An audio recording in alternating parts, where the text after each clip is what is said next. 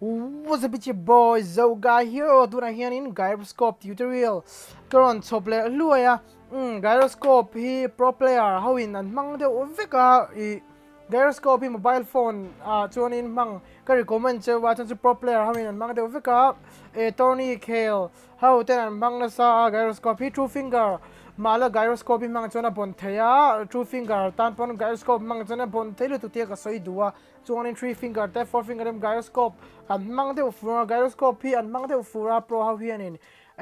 non Gyroscope mang lawa pro how cho mobile phone pro how chu an wanga an claim ni tuka mortal ti te ni ta tiang te hi ni ta chu ni a chuan in tablet hi mang tablet a chuan tablet iPad a chuan in Gyroscope in mang lova tablet iPad chu Gyroscope mang lova non gyro in chan chu tablet iPad ka hlai em awang khan an slide duangin an slide theya duangin duangin recoil an control theya chu ni mase mobile phone a chon Gyroscope luka thraum lova chu ka soi dua non gyro I chon le tin thra ni te ka soi dua ni o tuna chon in a detail zone in gan lutang onle ta hian Gyroscope close lovin always only ka recommend che scope only lo tuing ka du cheu ni Gyroscope mang hau hi atiran che boy ve ang ti ka soi sa ngam ani ya ke po ka Gyroscope tirin kalu hai ngal va kani PC at zonin COD ti te kan khel na sa shooting games kan khel na sa ma se Gyroscope chu maintain har me ma atira pe chun luak ngai hlei lo ka luak te chu ka ni luak chuak ngai le lo ka luak te chu ka tiang khan ni atira chun har ka anti ka ti thei do lo ni ka ti ka lu te ha ya ma se tiang kha ngai ya kan lo nei ve me ya kan luka hai lo tol di meng chu ni always on a yang ka ti du chu atira chuna har Gyroscope tu ra hian in new buy ni chuan in atira har don lutuk tia ka hrilh sa chu ma se kar khat kar ni nu vela chuan in athiam tan pe chun kar khat vel ba ngai lo chu ni thum vel ba chu ni anuwa chun atira chuna har to on tu tia thil chiang sa ni ka in tuar ve ram mangai tia ka soi du chu ni atur pe lo chun in scope on aten da ti kan ahara mai an ti scope on da de ya ahare mai ti chung pakan always on a hian da tu ri chung ka du chu always on is the best of best ka ti lo thei lo wa always on hi thralu tuk tia ka soi du scope on lo ula atira chana harvek don tia ka soi du kar khat kar ni vel ba ngai lo chu ni scope on lo ula harpon always on track tuing ka du chu ni lu te pa hai lok te pa chuak zeu don tia ka soi du ni tira chon in chu ni always on a hian in ka recommend cheu ni le tu na hian in Gyroscope hawinan gyro mang hawinan mang na satlang pui chu M416 hin ya M416 in mang dan tlang pui a chon in 4 time le 6 time he vo thaya 4 time le 6 time le 3 time how hi an vua lato khan spray ni chu an yil chatin an kap tiang khan sniper bolt action sniper mang in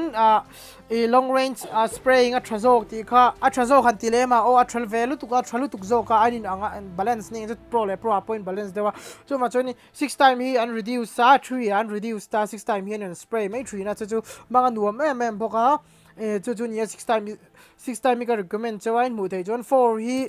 ama sang kan se chelong red dot iron hollow le 2 time scope hi Gyroscope spraying at zone in camp til har tu kan ilawa chu atira point thiam hal mai dona ma se chu minu a chon in 6 time hian in 0 hal tur chen ko du chawa 6 time mi ama ni nang top khan mangla ula reduce tu chen ka du chen 6 time 3 time reduce ang khan in reduce ngati khan kan du ma man po nu me ma chuan chu mi zo chon in 3 time in han 0 lenga chuan in chu mi zo chuan in 4 time mi tlem ten 0 harved oni ma se harved ti maila harved pol chu ni meng chu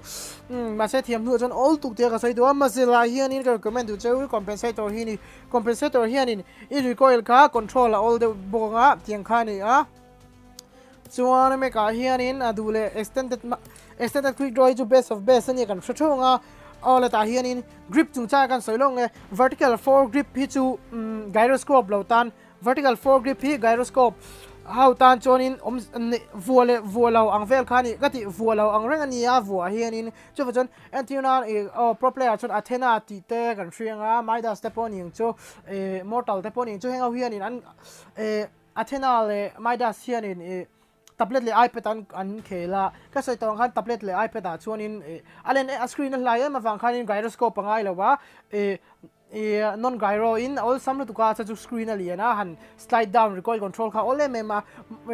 chu nia chu wang chuan in non gyro tan chuan vertical hi try ma se gyroscope how tan ni chuan vertically omlo ang ve le nia chu wang chuan in half grip hi ka recommend chu half grip mo angle 4 grip hi ka recommend chu ni hai gyroscope tan hai best of best ania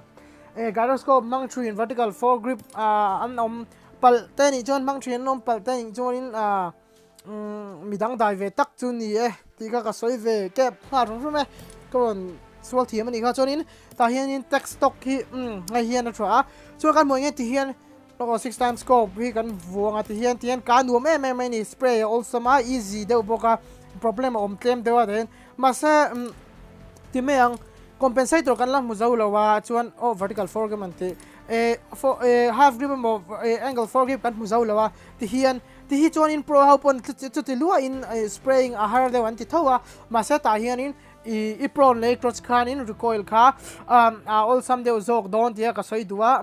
a game chunga I change zone kan soi nga chuan in hi M416 spray and te ka soi duwa AUG chu best of best ani en kima hian in chu M416 ni in best gun and don dia ka soi duwa chun AKM hi 7 point how hi anti-ran barrel khong barrel le AK hi spray 6 time pona spray ve thai tawa ma se angil chat pona spray ve thaini ma se ngawi close combat silaya ni ya barrel page close combat alo choni na man tlak lutuk lawa close combat lawa choni man tlak lutuk lawa tiang chu ni IKM te po spray te ma se fu mang don lo ni chan chu chu tianga ta na a sei long range spraying atana silai siam ani lo shrim ma spray thailu to ngi lang pun alu to a fu ve do ma se fu mang don chon lo ni chan chu tiang a long ranging chuan in a spray a zong khan ani lowa atep a zong zok atep keu ang che zong khan in DMR ang chi zong khan in atep keu ang khan in a tha zok ani te ka soi duwa lowin la spray thiam riwat khan lo in lang pon in la spray ngil wala a fu mcdonald te ka soi du ni chan chu tiang a spray chi ani lo ni AKM he chu chana tapping zong khan a thani te okay ta sniper training te quick master ma hai hi gyro training dan ka recommend lo chawa training mode om sang ani kan mong he ta hian training mode choi moi hai hi ka recommend chani ta hian zirzel ula ni khata alo bera da ka chan ve tal mo da I hun pek petur chewin ka du chew ni training mode a hian chu ka recommend chew ni ole tia gyroscope to hian tu nei ka close ta close hian hai kan ti chet vel hian eng ma effect om lawa hai kan moi hian gyroscope kon lawa tu nin ka close ani tuna chuan in gyroscope kan on chinga hai camera I feel dewa hai ti che thian in hai effect hi riat em mi chiang em mi ta hian kan gyroscope kan on current ta hian ti hian han thlek kol vela tlan tur kal tu khan lo ti mang tur hin lawa tian a kalna ta chuan kan hold tanga dinglam kha kan ku dinglam tham khan kan hold te ku ka met ka hold charger te huan hold charger in close combat te kalna kan mang tur nia hold charger in kan mang tur nia gyroscope pa chu spraying a che kan mang tur ni a gyroscope spraying a che kan tilema thil da pon thawa ma se hold charger tu ni kalvela chuan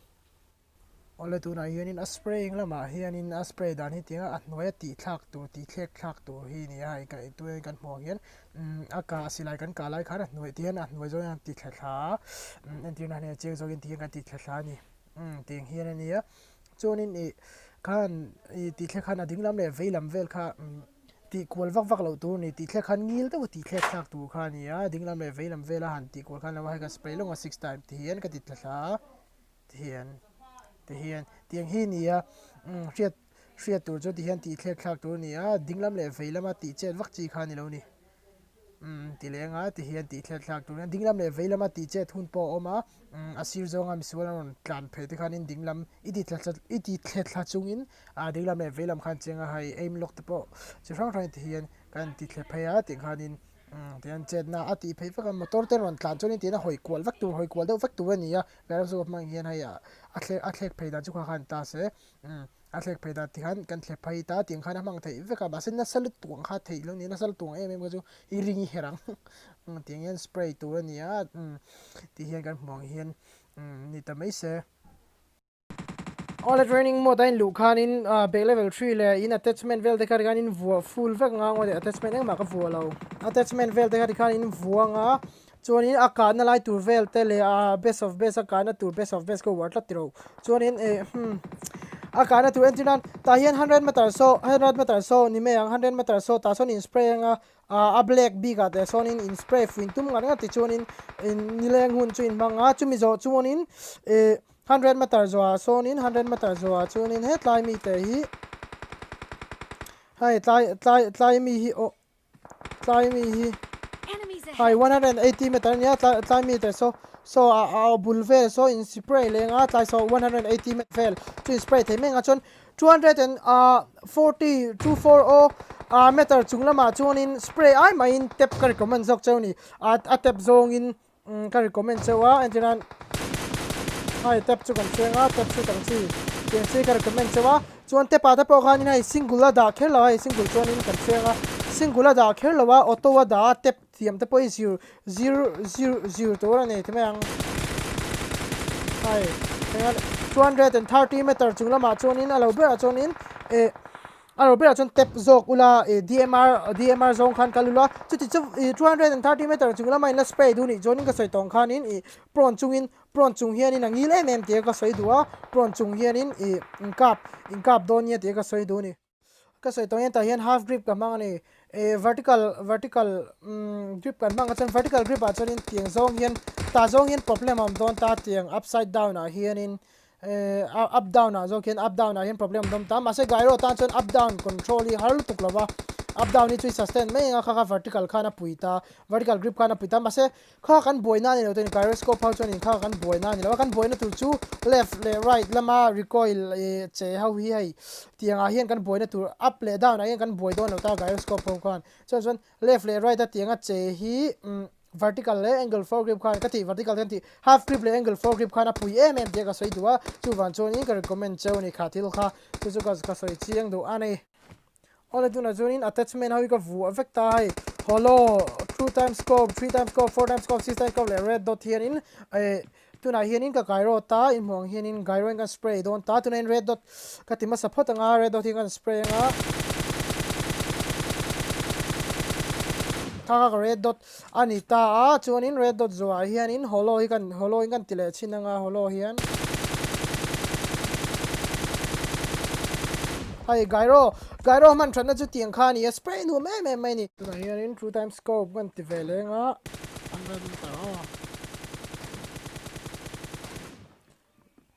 so 2 times scope ti khan in 2 times scope pro ani mai ta chon 3 an lu le nga lang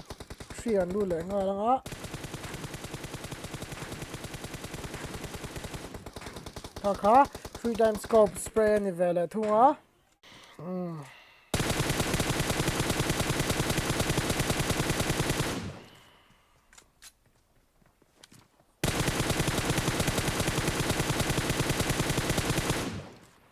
tikhan 4 chu kan spray ya tikhan 4 times scope hi ka soi tong khat 4 times scope a har pol takani ya left right a hian in duain akal nasal duka ka kan boina ni ta hian half grip amo vertical ka ti half grip amo angle 4 grip ka angle grip ka ka recommend lutuk chau ni te kan soinan le ni chu tuna 6 times scope spray ve thungan don ta hi 3 times scope and reduce ang yang ti tu so khin ta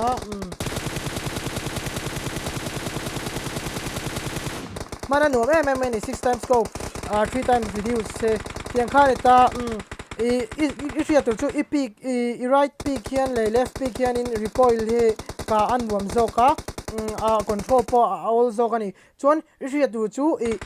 tuna hian in tips and tricks pakhat le chu tuna hian in hai enge o hai in yang half grip ti me half grip ka la vola hai ka la vola ba kai ka la vola ani ta hian control recoil control hi ha me ni vol ni la recoil control tu ai achena sal tu kare achena sal tu ta hian tips and tricks chu ikrochian in recoil hi control anuam zonga control anuam zonga all zong don ba kai ikrochian in chu ni ta chuan i cross zo hianin chuti cheu ai la ka ila ka ngil thei lawai i hriat chuanin i pro nang pro hian best of best ania pro hian angil thei deuh chat dona tiang khani ta attachment in vuami alawa attachment i vuami alo khanin ila attachment vuami lo hian ka ngil hi har dewa chuwang chuanin i crochamo i pron thin ji donia te ka sei duwa chuan chu mi lo pon hai pick hianin pick hian control recoil all controlling recoil all the box ti kha ka sei du bokani. I have a dream, that's all I need. I'll make it happen with some work and belief. Know what I want, so I'll take it on. I'll make mistakes, but mistakes make you strong. Let's break. Tricks pakhat an tile ma thil pakhat sei le ka du cho inan kap ta ni yang ka khanin atira ra ka tin ya boina me lo thazoin ka hria tianin kap ta so 100 meter se kap du ni 100 meter kap do yan tin te phota jonin adikta mo te khan yan kap la hula 100 meter 18 zone chuan kap nga ru ten kap nga ru diklo phon ten kap nga lu ra ten kap nga te in ka lai khan in siam tha ha lang te khan in siam tha ka travel ka hria ke ma chon aim lock is zero nga aim lock chon kina ti ka tutorial te a hit sang ten izon kan siam le nga aim lock te po a tutorial ten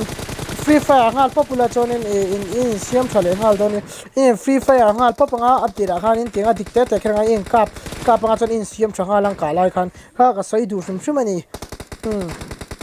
in free to point mo de chu I antiunan hian tunen example peta ila tuna hian in 40 bullet tunen kap chok thei ta kan kap dik cha kan kap fu ve cha ta ne kap ngil cha kan kap ngil cha chon in 12 bullet to 13 bullet le 10 bullet a hian in thada all ta ni ta hian tian a changin a chuaka changin ha den LOWM to ni ta khanin kan fiat tur chu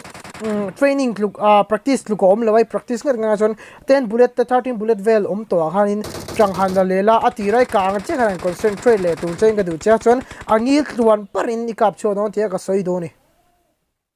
ole ka sensitivity chu hetiang hi ni camera hi hai mongin hi hin me ka soi lo menga camera le ADS kati camera le ADS le gyro hi ADS tiom je ju aim down sight in me ADS le gyro hi apoi mo katia ke chu ni gyro hi hai ta hian in no scope ka 300 ta first person ka 300 ta red dot ka 300 ta jon two times scope 300 boka heng ho pali atir pali chu 300 ngai tu chem ga du chewa ti hian in ya all bearing ka hria ma se 3 times scope le 4 times scope le 6 times scope chu nang ma ni nge ya in zong ve te nga ya hai 6 times scope hi 3 times scope kan reduce awang khan in 3 times scope khan ya 6 kan mang thin kha 3 hi ni wang hian in 3 le 4 hi nang ma ni na in zong ve na satanga ke ma ta chu 300 hin ka maintain thaya chu ni ha ga aim down side and box screenshot mai ula ti khan in kan zau de to me ya chuan in ti khan nang ma I practice ve kha ngai to don tak mai la kanau la tu na chuan in I practice khan in thil pa thade walo peng cha ka present I practice khan in heng hau la I lo ngai kha la effect so hi me inspire and my practice khan in lang ai chu min I practice don ya inspire and ma chu ani bo chang ka video de khong ai tikin lo share sa mi lo like sak chu chu ka de boka ai chu ti khong ai tikin lo share sak don ya and always thank you lai ka de play ka te on pesa I have a dream, that's all I need. I'll make it happen with some work and belief. Know what I want, so I'll take it on. I've made mistakes, but mistakes make you strong.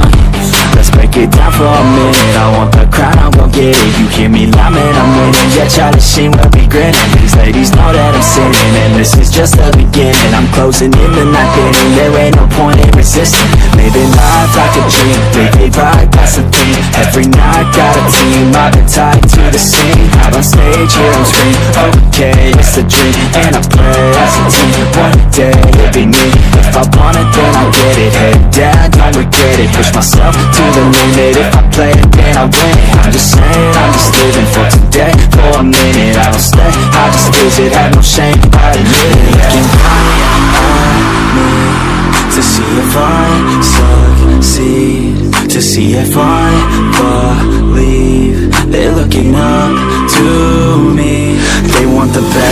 me now, best of me now, best of me now, best of me. They want the best of me now, best of me now, best of me now, best of me. They want the best of me now.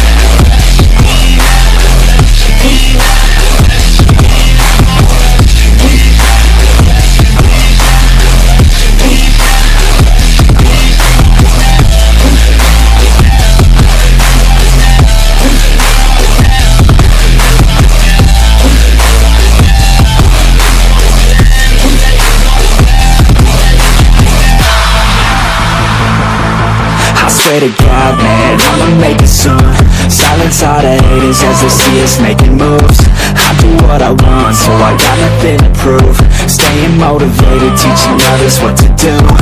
I'm staying focused, my mind is open. They start to notice that I'm in motion. There is no potion, you're not just chosen. It takes devotion to stay composed, man. Never stop.